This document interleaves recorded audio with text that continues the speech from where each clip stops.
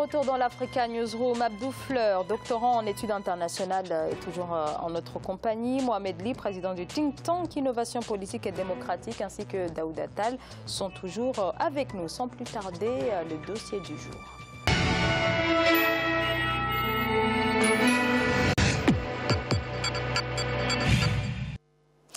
Les Sénégalais devraient prochainement disposer du très attendu TER, le train express régional, projet phare du président Macky Sall. Il ralliera Dakar au futur aéroport international Blaise Diagne. Objectif visé, désengorger l'agglomération de Dakar où les déplacements se font assez difficilement. Ibrahima Djoumaba.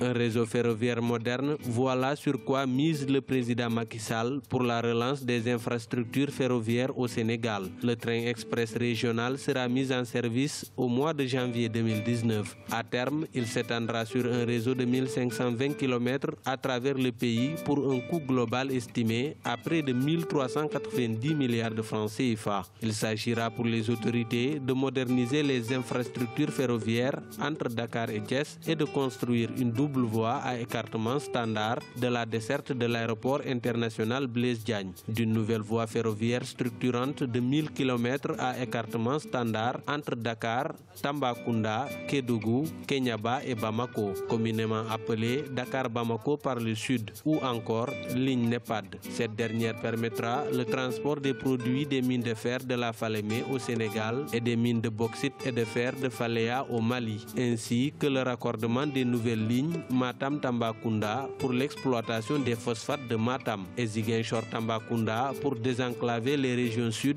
et nord du pays. Ce corridor permettra de ravitailler le Mali en produits divers à partir des opérations de transit du port de Dakar avec un accès au marché sous-régional de l'UEMOA. Où en est le projet du train express régional au Sénégal? Qui finance ce projet? Le deadline de janvier 2019 sera-t-il respecté? Parce qu'on va avoir du temps et les véhicules, les rames viendront. Lancé au mois de décembre 2016 par le président Macky Sall, le train express régional est un projet majeur pour le développement socio-économique dans l'agglomération de Dakar. Il va à coup sûr fortement contribuer à la mobilité des personnes entre Dakar et sa banlieue, mais aussi entre Dakar et l'aéroport international Blaise Diagne de Diass, sans oublier le pôle urbain de Diamniadio. Il s'agit de réaliser un chemin de fer à traction électrique, moderne, rapide et à écartement standard. Le train express régional transportera 115 000 voyageurs en moyenne par jour sur 57 km. La durée du trajet est estimée à 45 minutes sur 14 stations entre Dakar et Diass, en passant par les départements de Pikine et de Rufisque. Au total, 18 communes seront desservies par cette infrastructure. Les autorités ont misé sur une technologie de pointe pour assurer aux usagers le confort et la sécurité. Ce choix a été précédé d'une étude très rigoureuse qui a accompagné tout le processus de sélection et la définition des spécificités de ce dont nous avions besoin. Un train bimode, à la fois électrique et thermique. Ce train, comme vous avez pu le constater, il fonctionne au diesel, mais aussi à l'électricité. Nous installerons déjà les caténaires pour aller à l'électricité immédiatement, mais c'est un train qui aura 4 rames par voiture et qui aura une vitesse de pointe jusqu'à 160 km à l'heure. Premier train du genre en Afrique de l'Ouest, le train express régional suscite un intérêt particulier en matière de transfert de technologie vers le continent. Le Sénégal se positionne ainsi pour impulser une nouvelle dynamique en matière de transport ferroviaire.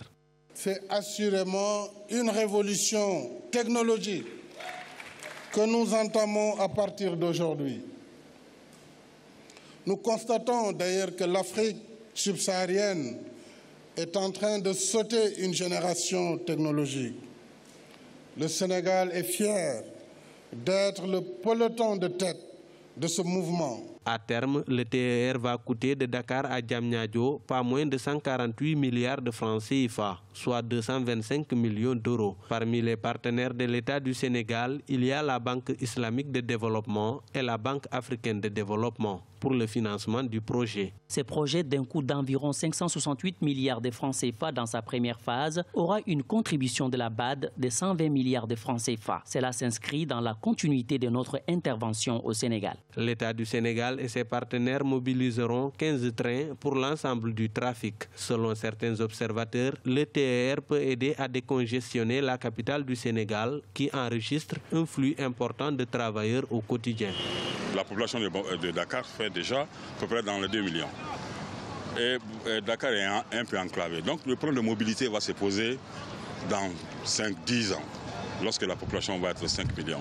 Le Sénégal a une longue tradition avec le transport ferroviaire. C'est en 1886 que fut inaugurée à Saint-Louis la première ligne de train en Afrique de l'Ouest. Cependant, ce mode de transport traverse une crise profonde depuis quelques années dans le pays. Avec le TER, l'espoir renaît chez les professionnels du secteur. Ça, c'est une chose vraiment qui vient à point nommé, parce que je dis bien que le chemin de fer était au point mort.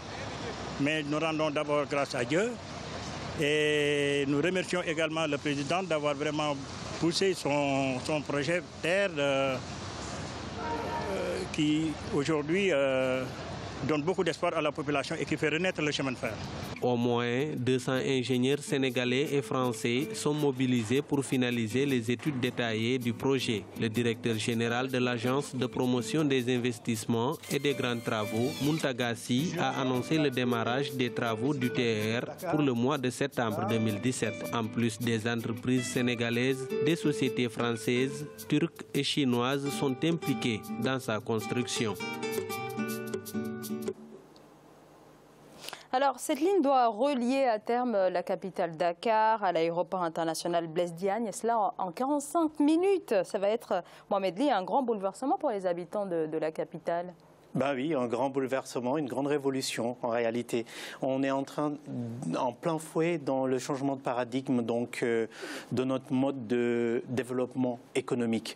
Et moi je trouve réducteur quand on parle que de la mobilité urbaine.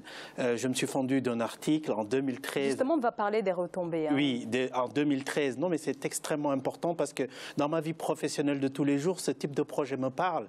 Et nous avons des retours d'expérience, des financements sur le offshoring, sur des smart cities en Afrique qui n'ont pas marché, pour citer la Tunisie, où j'ai des collègues qui reviennent, mais c'est des investissements à des centaines de milliards.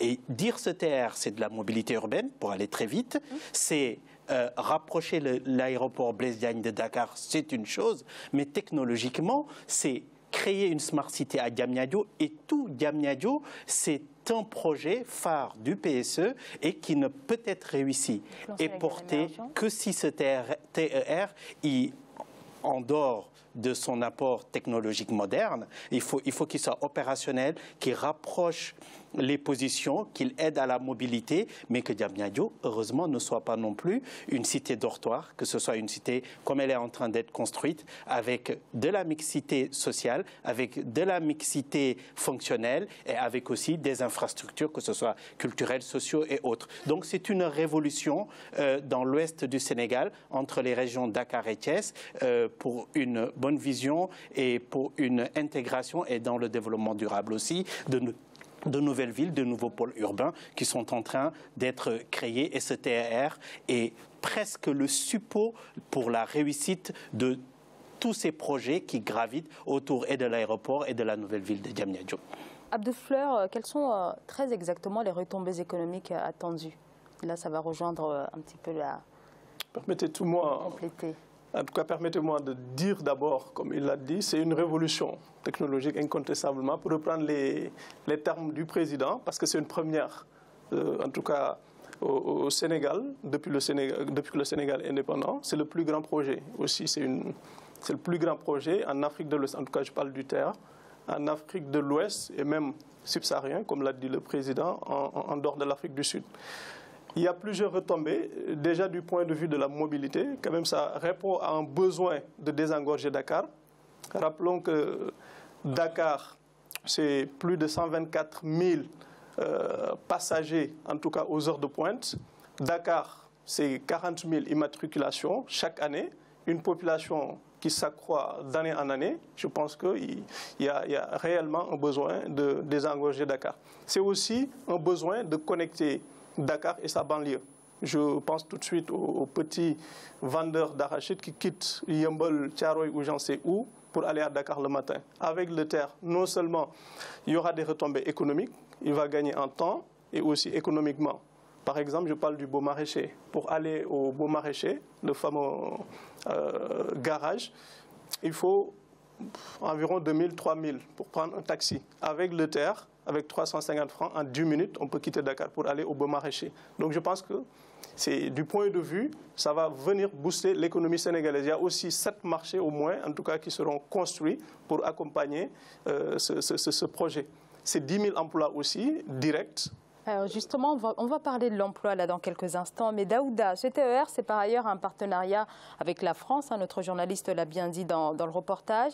L'exploitation et la maintenance va être confiée à la SNCF et à la RATP. Est-ce qu'une formation de Sénégalais a été mise en place, sur place, pour que dans quelques années, cette exploitation et la maintenance puissent être dirigées par des Sénégalais eux-mêmes ? Oui, alors j'espère que c'est le cas. Oui, il y a effectivement du personnel sénégalais qui sera dans l'exploitation, mais évidemment c'est du matériel français, c'est des entreprises françaises qui fabriquent, et sans doute au niveau de l'exploitation. Ça va être du personnel français aussi, SNCF et RATP. Bien entendu, mais je pense qu'il y a quand même un volet formation qui est prévu, mais c'est un peu dommage. C'est un peu dommage qu'on ne puisse pas déjà fabriquer nous-mêmes, ou même quand on ne fabrique pas nous-mêmes, exploiter par nous-mêmes. Je pense que voilà, c'est un peu dommage. Les retombées, ce sera ces entreprises françaises que vous citez en premier, au niveau de l'investissement même. Mais bon, c'est comme ça. Aujourd'hui, on n'en est pas là. Il faut le reconnaître. Donc, ce qu'il faut souhaiter, c'est qu'il y ait un transfert de technologie pour que, à la limite, au niveau de l'exploitation, que l'on puisse être au devant de la scène. Ça me paraît important à ce niveau-là. Je vais juste terminer sur mon propos. Je pense que c'est une excellente idée. Moi, je partage l'enthousiasme sur le plateau, aussi en tant que Sénégalais, parce que disposer d'une telle infrastructure, je pense que c'est excellent. Je soutiens, j'adhère. Par contre, j'ai mes 2 réserves. Ça va peut-être contrebalancer un petit peu les 2 réserves. La première, c'est au niveau du coût, parce qu'au niveau du coût...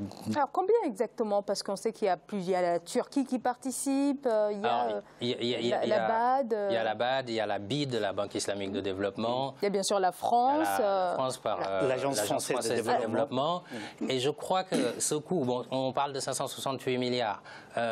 J'ai envie de dire, sans doute, pour un pays dont le budget n'est pas si énorme que ça, avec toutes les priorités qu'il y a, je pense que ce projet aurait pu peut-être arriver légèrement un petit peu plus tard. On parle de pétrole et de gaz, ça va générer ça va générer des fonds qui pourraient permettre un petit peu plus tard.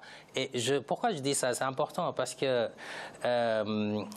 au niveau des retombées dont parle M. Fleur, je ne suis pas forcément sûr, moi, peut-être que je me trompe, mais je ne suis pas sûr que ce soit les populations des banlieues qui font des activités marchandes qui vont pouvoir emprunter le TER. Parce qu'aujourd'hui, on veut substituer le train bleu, c'est-à-dire le petit train bleu, on veut le remplacer par ce TER. Sauf que ce n'est pas du tout le même confort, ce n'est pas du tout le même coût d'exploitation. Moi, je crois que le prix du transport ne sera pas forcément accessible à la maman ménagère qui va porter sa petite marchandise pour aller vers Dakar depuis Bargny, Rufisque.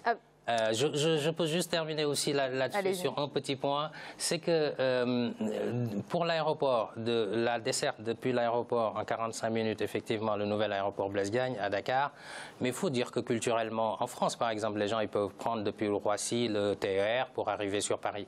Mais au Sénégal, souvent, c'est la voiture, souvent, c'est le... Et puis, comment voulez-vous mélanger des voyageurs qui descendent de l'avion avec une activité marchande à l'intérieur, les coûts, etc. Enfin, tout ça me semble un petit peu compliqué. Je dis, c'est quelque chose qui va peut-être se mettre en place progressivement. Je dis, c'est une excellente chose, mais il y a des réglages à faire aussi. Je voulais en tout cas préciser ou confirmer d'abord une chose avant de préciser 2 choses. Par rapport à la formation, effectivement, c'est prévu. des Sénégalais seront formés pour pouvoir, en tout cas, assurer le suivi. Ça, c'est une garantie. C'est une garantie. Récemment, le secrétaire d'État au réseau ferroviaire l'a effectivement confirmé. Et ça répond à la logique de transfert de technologie dont a fait mention tout à l'heure M. Daouda Tall. Préciser aussi une chose, que le TER, c'est un ensemble de choses, c'est une cohérence. Ce n'est pas un projet qui vient du ciel comme ça. Ça fait partie du programme prioritaire au PAP, programme d'action prioritaire. Ça permet en tout cas d'une part de connecter Dakar à l'aéroport, mais aussi comme l'a souligné tout à l'heure Mamadou Ly, par rapport au nouveau pôle urbain de Diamniadio.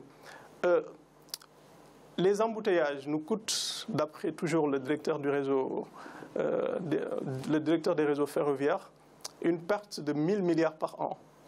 C'est extraordinaire, ne serait-ce que je pense pour cela. Donc vous parlez tout à l'heure de priorité. Je pense que c'est absolument une priorité quand on veut aussi inscrire le Sénégal dans la modernité, l'Afrique dans la modernité, tout simplement. Et au-delà du TER, c'est un ensemble de projets ferroviaires qui visent à réhabiliter le chemin de fer. Et en tout cas, je serais très content que l'on puisse aborder la ligne Dakar-Bamako, qui est aussi un autre élément. Mohamed Ly, par rapport toujours sur cette question de l'emploi et... Oui, non, mais ce qu'il faut dire, c'est que le TER en lui-même, effectivement, il créera de l'emploi. Mais je veux dire, il faut voir c'est pour ça que je dis, quand on parle que de la mobilité urbaine et du train en lui-même, c'est réducteur pour ce projet-là et pour la vision d'État, en tout cas, qu'a le pouvoir et qu'il nous a exposé. Si je reviens au pôle de Diamniadio et pour parler du prix, il faut quand même souligner quelque chose, parce qu'en tant que think tanker, on s'est quand même intéressé à comment les choses ont été montées. Nous avons eu le prix de ce TER en benchmarkant par rapport à l'offre française en Algérie pour avoir moins 10% parce que nous avons des paramètres de différenciation entre le Sénégal et l'Algérie qui font que ça se justifie. C'est les brises-glaces, c'est de la neige. Je parle pas de la concurrence du prix, je veux juste préciser. Mais oui, je parle... on est d'accord. Non, c'est différent. Oui, mais c'est différent. Il y a une incidence directe par rapport sur le coût. aux moyens de l'État. Je ne parle pas de la concurrence. Je vois mais il faut le dire parce que ce n'est pas chaque fois. Parce que nous, pour l'avoir déploré, ce n'est pas chaque fois qu'on arrive à signer de grands contrats avec un prix très compétitif. Je veux parler du Central de Sendou où on avait fait une étude comparative avec le même projet au Maroc avec une double capacité sur le solaire et nous avions payé le même prix. Donc, ce n'est pas chaque fois qu'on a réussi ça. Mais pour parler de ce coût-là sur le benchmarking, mais après, autre chose que je veux dire, moi c'est mon travail tous les jours en tant que chef de projet d'envergure sur ces choses-là, il y a pourquoi nos projets, moi je veux en parler, des fois échouent dans ce type-là. Parce que ça ne respecte pas les standards de gestion de projet de cette envergure. Cela veut dire quoi? On fait du rétroplanning. C'est l'agenda politique qui dirige le projet parce que nous voulons qu'il soit livré clairement en janvier 2019. Il ne nous échappe pas qu'en février, un nouveau président sera élu. Donc nous faisons du rétroplanning. J'ai toute confiance à la maîtrise d'ouvrage et la maîtrise d'œuvre pour le faire et ça suscite des risques de gestion de projet très connus sur les conceptions, les changements de spécifications, les stakeholders qui ne peuvent pas être contents, les villages et les collectivités locales qui peuvent être déguerpis. Donc c'est tout un problème, beaucoup plus complexe qu'on peut expliquer sur un plateau, mais c'est un challenge. L'APEX y est, un dernier mot très rapidement. C'était juste pour, en tout cas, rassurer notre ami Mamadou Ly, en tout cas d'après toujours ce qu'a dit le directeur de l'APEX, Muntagassi, qui a récemment dit que le projet effectivement est sous contrôle et sera livré dans les délais. Et que le président tenait absolument à ce que les procédures soient diligentées et que pour garantir surtout cela, il va effectuer assez régulièrement des visites inopinées sans prévenir. Et dernière chose, par rapport à Daouda, quand il parlait d'entreprise française, je pense qu'il faisait référence notamment au PIB. Très souvent, quand on parle de PIB au Sénégal, on dit que la croissance ne se mange pas, que c'est des entreprises étrangères. pour ce projet. Non. Daouda, très rapidement, quelques secondes. Cependant, juste préciser que pour ce projet, il n'y a pas une seule entreprise qui a... Daouda, en 2 secondes, après on va marquer une pause. Je ne parlais pas, ça ne me dérange pas que ce soit la France qui fabrique. Aujourd'hui, le Sénégal ne peut pas fabriquer, c'est une évidence. Mais je veux juste dire une chose. Moi, j'ai participé à l'élaboration du plan Sénégal émergent à l'origine en 2014. Je vois bien comment ça a été structuré.